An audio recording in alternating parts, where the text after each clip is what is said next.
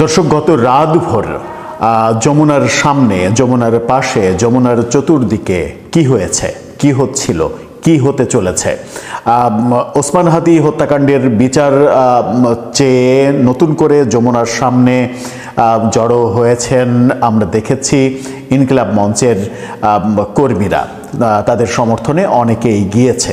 সেখান থেকে পুলিশের সঙ্গে নানা বাদানুবাদের ঘটনা আমরা দেখেছি এবং পুলিশকে এরকম হুমকিও দেওয়া হয়েছে যে আমাদের গায়ে যদি ফুলের টোকাও দেওয়া হয় তাহলে আগামী কালকের মধ্যে ঢাকা শহরে 50 লক্ষ লোক নেমে পড়বে। কিছু কি বোঝা যাচ্ছে কিংবা কিছু কি হতে যাচ্ছে? যমুনাতে যখন এই কর্মকাণ্ড হচ্ছে তখন রমনা অঞ্চলের ডিসি মাসুদ তিনি বলছেন এই অঞ্চলে 144 ধারা জারি আছে। 144 ধারা জারির মাঝেও এই আন্দোলনটা হচ্ছে কেন? নাকি ওসমান হাদি হত্যাকাণ্ডের বিচার নিয়ে সরকার মনোযোগী না, সরকার এটাকে গুরুত্ব দিচ্ছে না? আসলে কোনটা, কোন পরিস্থিতির কারণে ইনকিলাব মঞ্চ এতটা হার্ড লাইনে যাওয়ার চেষ্টা করছে? চলুন একটু বুঝে ওঠার চেষ্টা করে এই ভিডিওতে আদতে যমুনাতে কি হচ্ছে।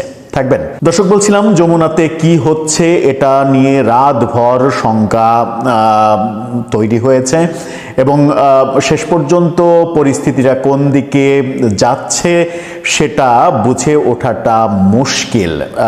আমি যদি বেশ কিছু বাক্য বিনিময়ের কথা বলি সেগুলোর প্রসঙ্গে পরে আসছি, তার আগে ডেইলি স্টার কি বলছে চলুন আগে ডেইলি স্টারের খবরটা দেখি, পাশাপাশি আরেকটা ছবিও আমরা দেখব। ডেইলি স্টার তারা বলছে হাদি হত্যা জাতিসংঘের তত্ত্বাবধানে তদন্ত দাবিতে যমুনার সামনে ইনকিলাব মঞ্চ। অর্থাৎ তাদের নতুন দাবি হচ্ছে জাতিসংঘের তত্ত্বাবধানে তদন্ত হতে হবে।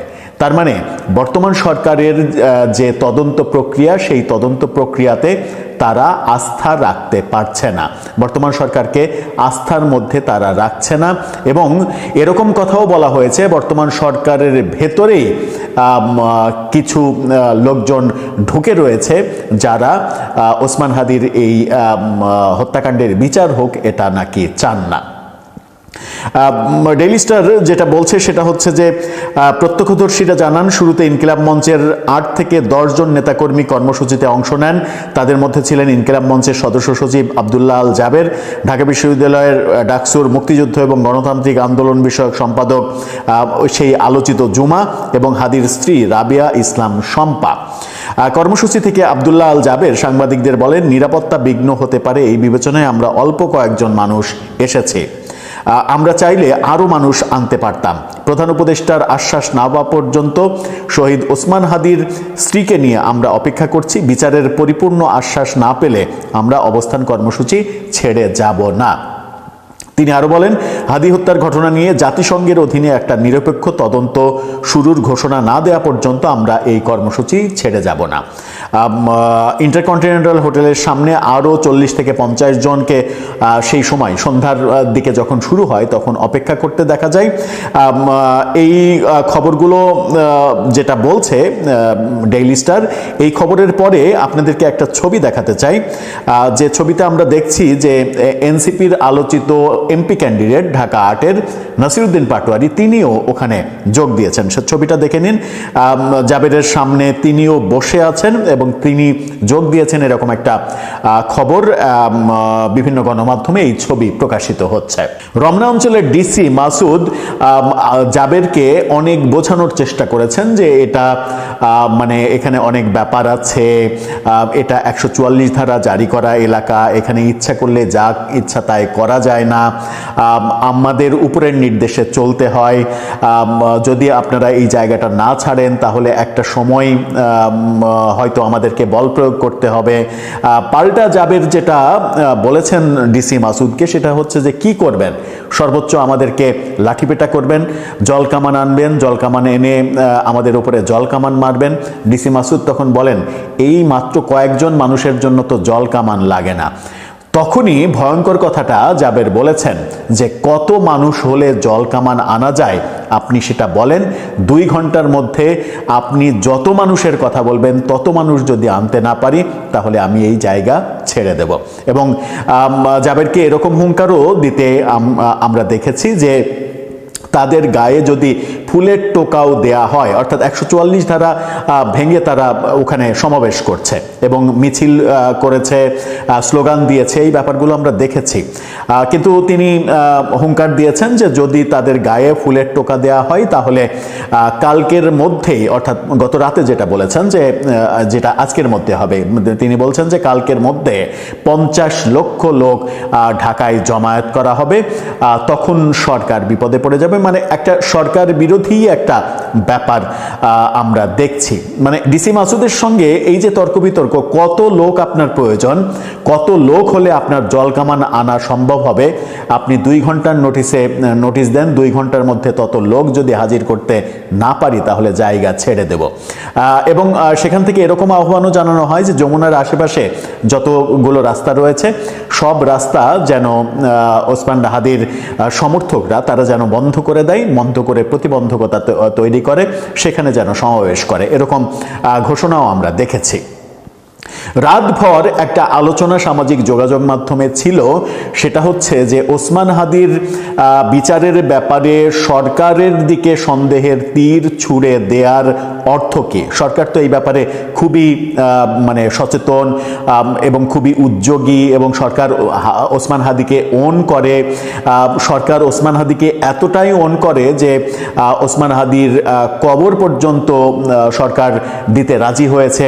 আমাদের জাতীয় কবি কাজী নজরুল ইসলামের কবরের পাশে সর্বোচ্চ সম্মানে তাকে দাফন করা হয়েছে। এই ব্যাপারগুলো সত্ত্বেও সরকারের দিকে কেন সন্দেহের তীর যাচ্ছে? কেন জাতিসংঘের তত্ত্বাবধানে এই মানে তদন্তটা হতে হবে? কেন বাংলাদেশ সরকার পারবে না? কেন বাংলাদেশ সরকারের আইন শৃঙ্খলা রক্ষাকারী বাহিনী পারবে না? এই প্রশ্নগুলো আসছে যখন, তখন অনেকে আবার অতি উৎসাহী হয়ে যে কথাটা বলতে চাইছেন, বিশেষ করে জাবেরের ওই কথাগুলো যে আমাদের গায়ে ফুলের টোকা দিলে কালকে 50 লক্ষ লোক জমায়েত হবে, এই কথা দিয়ে কেউ কেউ সামাজিক যোগাযোগ মাধ্যমে লেখার চেষ্টা করছেন যে নির্বাচন কেন্দ্রিক কোনো ইস্যু তৈরি হচ্ছে কিনা, আগামী নির্বাচনটা যেন ঠিকঠাকভাবে হতে না পারে, সেই মানে ব্যাপারগুলো কোনো একটা পক্ষ ওসমান হাদির এই ব্যাপারটাকে কেন্দ্র করে একটা গোলযোগ তৈরি করা, একটা বিশৃঙ্খল পরিবেশ তৈরি করা, যেন নির্বাচনের কাজকাম ব্যাহত হয় এবং এমনকি নির্বাচনটাও বানচাল হয়ে যায় কিংবা পিছিয়ে যায়, এরকম কোনো ব্যাপার রয়েছে কিনা, এরকম লেখালেখিও আমি বিভিন্ন জায়গায় সামাজিক যোগাযোগ মাধ্যমে দেখেছি। কিন্তু আমরা কংক্রিটলি আসলে ভাবতেও চাই না, মন্তব্য করতেও চাই না যে কি হচ্ছে। আমরা শুধু এটুকু বলতে চাই যে সরকারের ওপরে ইনকিলাব মঞ্চ আস্থা রাখতে পারছে না যখন, তখন ব্যাপারটা খুবই গুরুতর দিকে যাচ্ছে।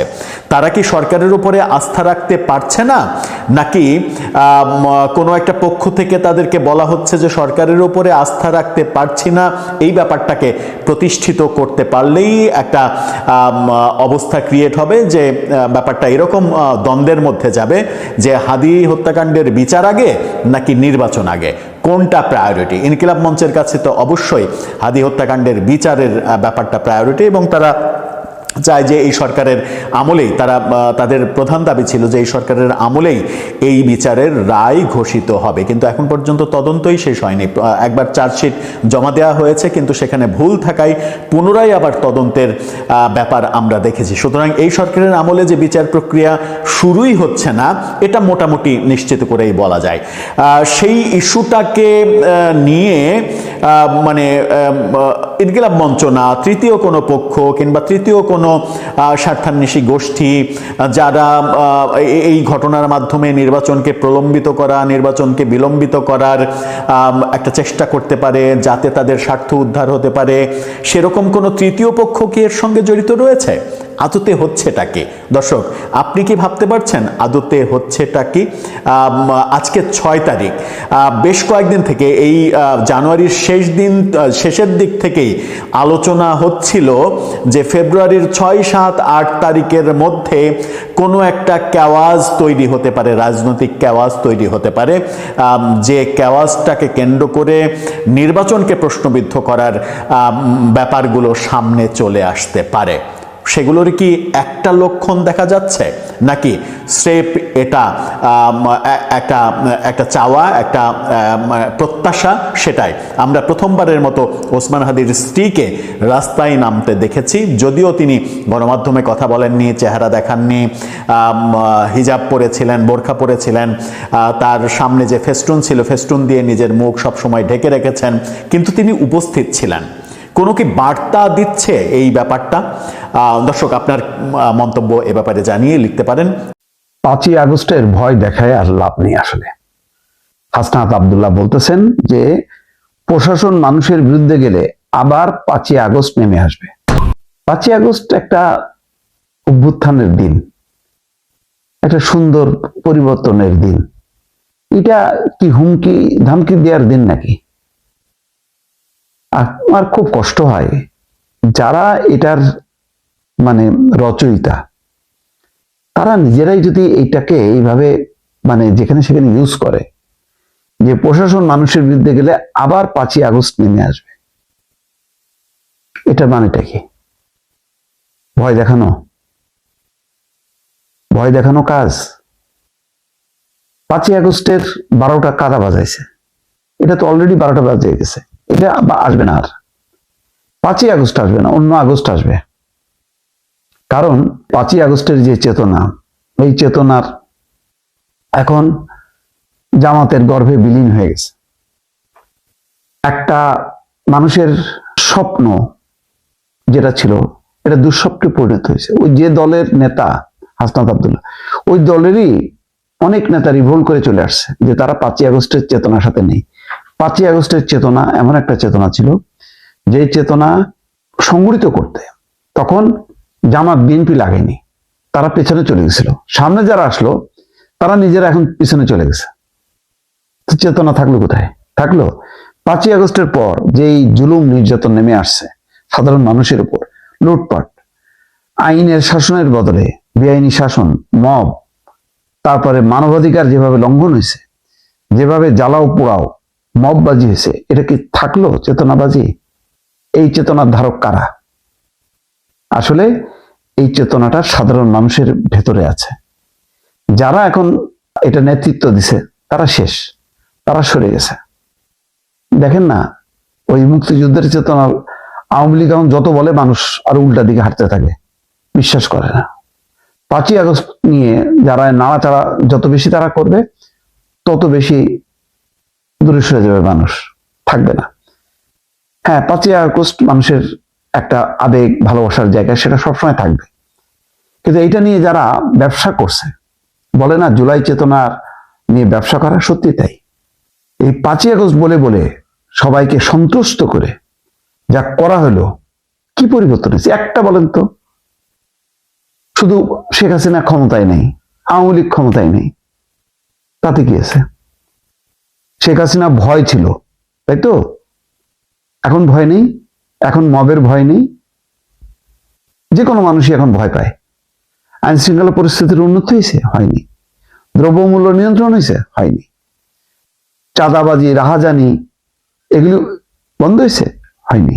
এগুলিকে পুঁজি করে রাজনৈতিক প্রতিপক্ষকে ঘায়েল করা হচ্ছে, কিন্তু নিজেরা এই চাঁদাবাজি নিজেরাই নিমজ্জিত হয়ে নিজেরা আবার অন্য দায় চাপাচ্ছে।